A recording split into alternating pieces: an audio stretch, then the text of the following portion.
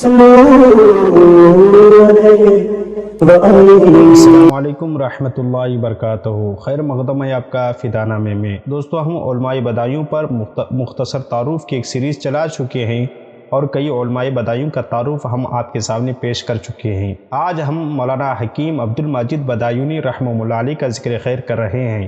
آپ بدایون شریف کے مشہور عثمانی خاندان کے چشم و چراغ تھے۔ 4 شعبان مکرم 1204 ہجری میں آپ کی ولادت ہوئی۔ تاج الفضول مولانا شاہ محب رسول عبد القادر بدایونی رحمہ اللہ علیہ کے زیر سایہ تربیت ہوئی اور پرورش پائی، اور حضرت مولانا عبد المجید قادری مقتدری اور مولانا مفتی محمدی ابراہیم قادری بدایونی علیہ رحمت رضوان سے آپ نے ابتدائی درسیات کی کتب پڑھی، اور شاہ محب احمد بدایونی قادری علیہ رحمت رضوان سے درس نظامی پڑھ کر 1320 ہجری میں سند فراغت حاصل کی۔ 1321-22 ہجری میں دہلی میں قیام کر کے حکیم اجمل خان دہلوی سے آپ نے طب سیکھا، اور حکیم اجمل خان دہلوی نے دستخط کر کے مہر لگائی۔ دہلی کی اقامت کے دوران زینت محل وغیرہ میں آپ کی تقریریں ہوئی۔ یہاں عیسائیوں، آریوں اور غیر مقلدوں اور قادیانوں سے آپ نے مناظرے فرمائے۔ دہلی سے واپس آ کر والد بزرگوار کے قائم کردہ جامعہ شمشیہ کی ترقی کی اسکیم بنائی اور چندہ کی فراہمی کے لیے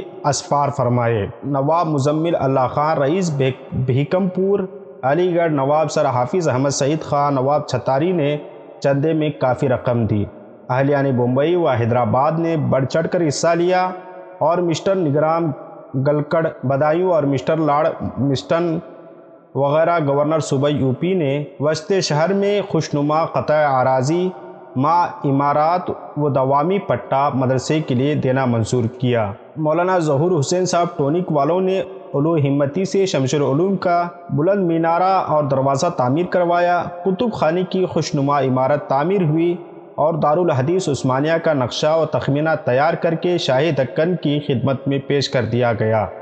افسوس ہے کہ اسی زمانے میں مسجد مچھلی بازار کانپور کا حادثہ اور خلافت کا مسئلہ چل پڑا، اور مولانا عبد المجید کی توجہ مدرسے کی تعمیر و ترقی کی طرف سے ہٹ کر ملکی معاملات کی طرف مبذول ہو گئی، ورنہ یہ مدرسہ باعتبار وسعت و عمدگی تعلیم میں ہند و پاک میں معیاری اور سب سے بڑا جامعہ ہوتا۔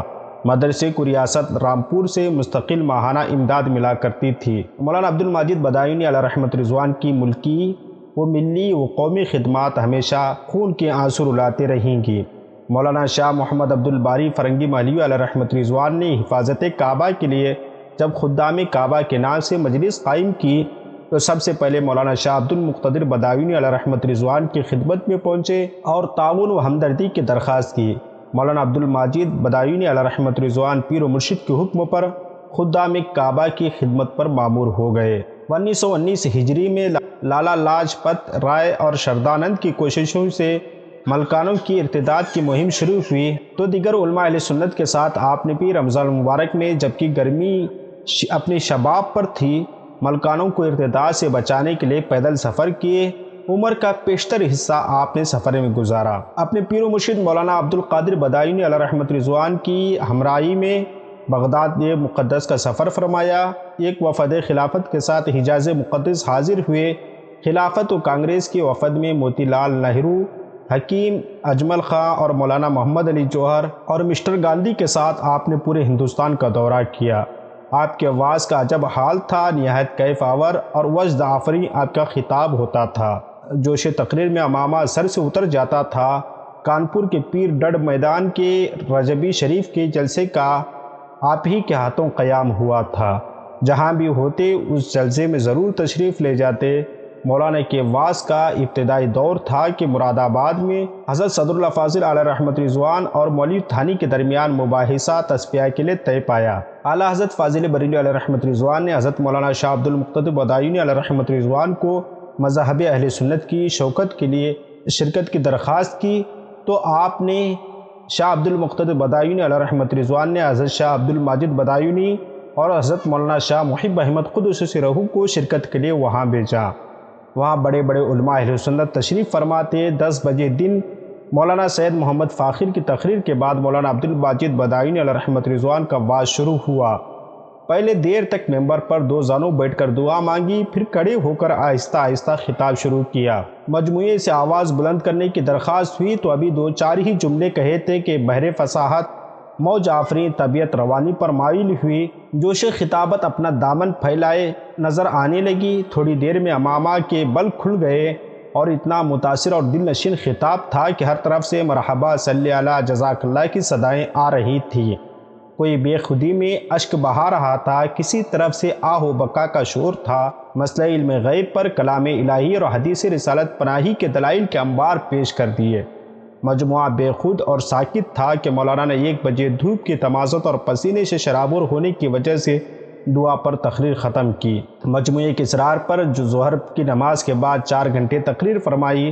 1931 میں بمقام لکھنؤ مسلم کانفرنس کا جلسہ تھا، اس میں شرکت کے لیے لکھنؤ گئے اور راجہ صاحب سلیم پور کے مہمان ہوئے۔ 9 بجے شب رخصت ہوئے تو مولانا حضرت موہانی مرحوم سے فرمایا خدا حافظ۔ پھر اپنے ایک مرید مولوی محمد نذیر صاحب کے ہاں جو صدر میں رہتے تھے ان کے ہاں گئے۔ 11 بجے نماز عشاء پڑھی اور دیر تک تلاوت قرآن پاک کی اور اوراد و وظائف سے فارغ ہو کر فرزند ارجمند مولانا حضرت عبد الواحد علیہ رحمت رضوان سے فرمایا تم تنہا ہو، گھبرانا نہیں، یہ کہہ کر سینے سے لگایا اور فرمایا آج روح بے چین ہے، دست و قے بار بار ہو رہا ہے، تازہ وضو کرا دو، نقاہت و توانی بے حد ضروری ہے۔ مولانا عبد الواحد صاحب کے کاندھے پر سر رکھ کر یا غفور یا رحمان کہتے ہوئے دوشنبہ کے سب 3 بجے 3 شعبان المعظم 1350 ہجری بمطابق 14 دسمبر 1931 کو واصل باحق ہوئے اور اس طرح عمر بھر کی بے قراری کو قرار آ گیا۔